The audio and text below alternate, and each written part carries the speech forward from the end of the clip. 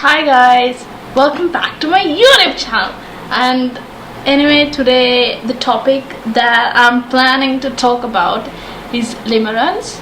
I want to talk about this because it's such an interesting and intriguing topic, and I want to talk about how I got to know about the word and I didn't realize I was doing it. Surprise! I think a lot of us do it, but basically limerence is when you get an obsession over a person. I think it can even be on characters you see on TV shows and things like that.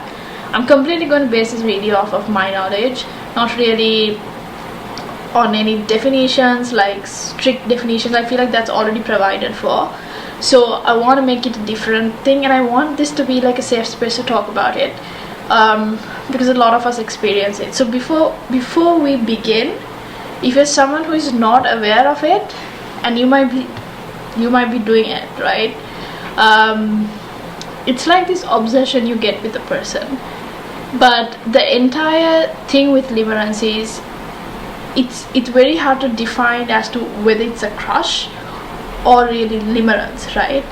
Because a crush is also sort of an obsession, but I think common ground is both of this. It's lack of information, right? A crush is also when you don't have enough information, because when you actually get to know the person, you might actually not have a crush. Limerence, on the other case, I don't think it really goes away like that, because it becomes this obsession that's there to feel something in you, right?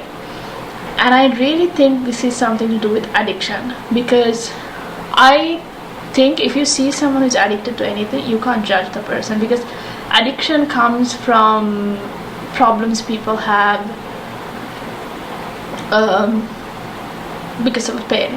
I brought this during a seminar. I brought this up, like it was a seminar on addiction, and when I said it's about pain, the person actually told it was about happiness, which is also in a way true, because why do people get into an alcohol addiction? Like they think that they are being sold this card of happiness. But I still think, like Gabermate says, like Dr. Gabermate says, it's about pain, because addiction is not only alcohol, it's not only the happy card. It puts you in this state of illusion that something is going to be okay if you're addicted to something. And I think limerence is something like that. When you have this obsession over a person and you keep thinking about the person daily, it comes to a point where it obstructs your daily routine, right? It becomes such an obsession, so you now can't stop thinking about the person. And I've seen this played out. I've seen comments, I've read about it, how it happens to even people who get married to the limerence person. Like when you're in limerence, the person you are limerent about is called the limerent object, right? So you call them the LO. And from what I've read and what I've seen, it even happens when you kind of get the LO. Though a lot of the research is on how you have limerence on someone you can't have. And the entire trick about this addiction is about the uncertainty, about you making sure you're not getting the person. If you get the person, you might actually lose interest, right? At least that's the view I had for the longest time. But I think a lot of people get married to limerent objects, or they start being limerent about the person after the marriage. So what happens is, when you have a limerent object, you are not really going about it from a real stance. Like you don't want to see the person like for the person is. So it's basically a fantasy that you created in your head, and you want everything about that person to align with that fantasy, which is quite dangerous, and it's unfair on the other person, because a person is flawed by nature. All of us are flawed. And when you can't do that, right? When you can't be with because when you realize the person has flaws, you tend to kind of not acknowledge it. When if you're like you're having conversations with the limerence object, or the person is reciprocating, or things like that. But mainly it's a fantasy, right? It's in your head. So anything you do everything you have to do is to align with the fantasy. And what's the best way to keep a fantasy? To not talk to them, to not have real conversations, to not have interaction. So I feel like this is also this would be so prevalent if the person, you don't have like a one-to-one connection on a daily basis. So there's this uncertainty. That's why the uncertainty is running. So you don't know whether the person likes you. And even if the person likes you, sometimes they give really like clues that they like you, or like that also is dangerous, because you might be misreading the situation a lot, right? You think this person is doing this because they like you, because you want to like feed that illusion, but it might not be accurate at all. So I think one of the best ways to find out if you're limerent, or if it is limerence and it's just not a crush, is to see how much it's intriguing with your daily tasks. Like how much of this thinking about this person and this obsession is taking off time from yourself, which makes me want to talk about. I think I'll have to do more parts about it because it's a huge topic. But this fantasy, if you really understand why it's happening, you would stop hating yourself so much, right? And I want you to stop hating yourself, because there's a good reason why your brain does things like this, even any addiction, right?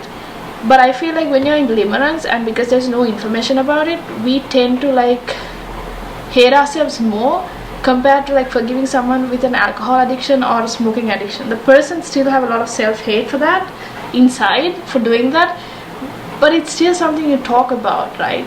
But limerence can also be a topic that people don't want to talk about. Like, I'm from a South Asian country, so like, I am, right? And like, they don't talk about these things, so that can be hugely problematic. But as to why a person might have the tendency of limerence, I want to talk about it, because you really need to understand where the person is coming from. This can be a childhood issue, right? Like, as usual, when you are neglected by your parents, at least this is what I read a lot, when you're not given the needs that you're supposed to get from a parent at an early child, when you're supposed to be getting it, right? You kind of idealize the parent, right? This idealization of the parent makes it like a gateway for you to keep idealizing people when you grow up, right? Because when you're a child, your parent is your first caregiver, so you don't really have any other contact. So you kind of have to have that bond with your parent, where the parent is always there for you, right? Because if the parent is not there, the child is going to feel like the person is going to die, like the person, because that's literally what it is for a child, right? When you're a child, if you're not breastfed, if you're not cared for, you're going to die, right? That's why trauma hits so hard when you're a kid. You literally have no survival other than the parent, so you have to idealize the parent. At least that's your view. When you're getting neglected, you can't see the parent for the flaws that they have. And this I feel like this is the spectrum that people are going into when they're going into limerence, right? Because that trajectory of thinking is what makes you idealize relationships and people that you get. And people get stuck in these cycles for like 30-40 years, and I've read comments, it's crazy, it's crazy.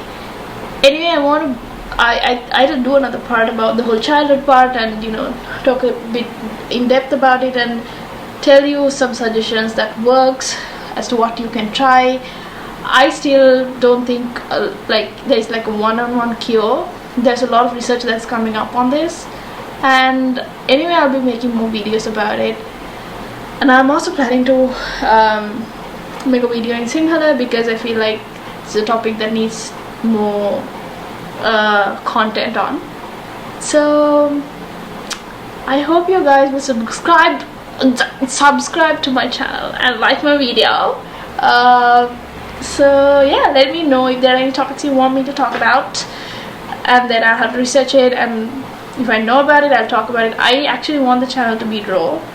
Like, I want it to be from my psyche, like, you know. But yeah, I'll see you guys. Bye.